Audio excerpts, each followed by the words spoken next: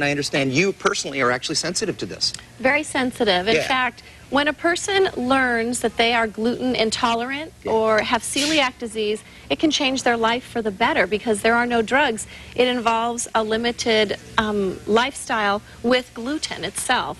All right, let's get to what gluten is, because a lot of people out there saying, I've heard of this, but I'm not quite sure what it is. Gluten is the protein, the sticky protein found in wheat, rye, barley, and sometimes oats. It's cross-contaminated with oats, but this is what makes bread rise, and it can be found.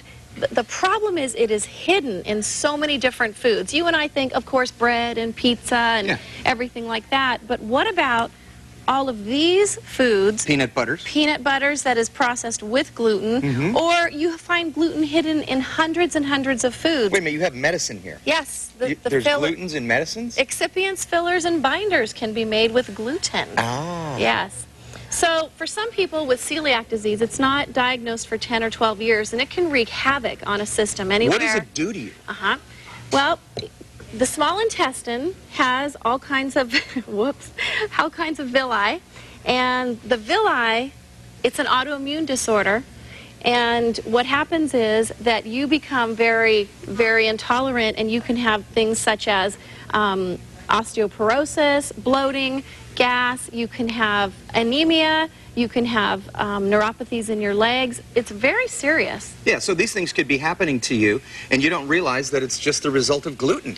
I met a woman yesterday at age 45. She lost about 90 pounds. She was down to about 60 pounds. Oh. And it took 11 doctors to diagnose her. Oh, my gosh. So gluten it's everywhere. Yeah, all right. So for those of us who want to know where we want to get rid of it out of our diets, these are the places to do it. Books everywhere. Actually, you can even go on a cruise ship now and have a gluten-free diet. Yeah. P.F. Chang's offers gluten-free cooking. Everyone is getting in tune to it because 1 out of 133 people have celiac disease. Wow.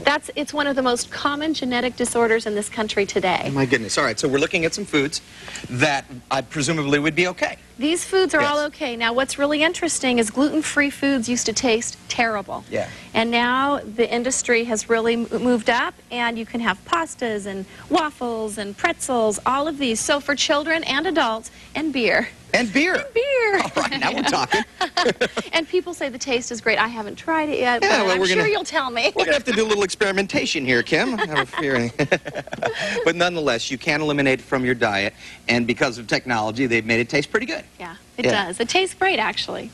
And if people think that they might be subject to the celiac, they should probably go speak to their doctor quickly. Blood test first, and then a biopsy of the small intestine. Oh, wow. Ouch. That's pretty heavy. All right, Kim Ruby, nutritionist, thank you so much for coming in.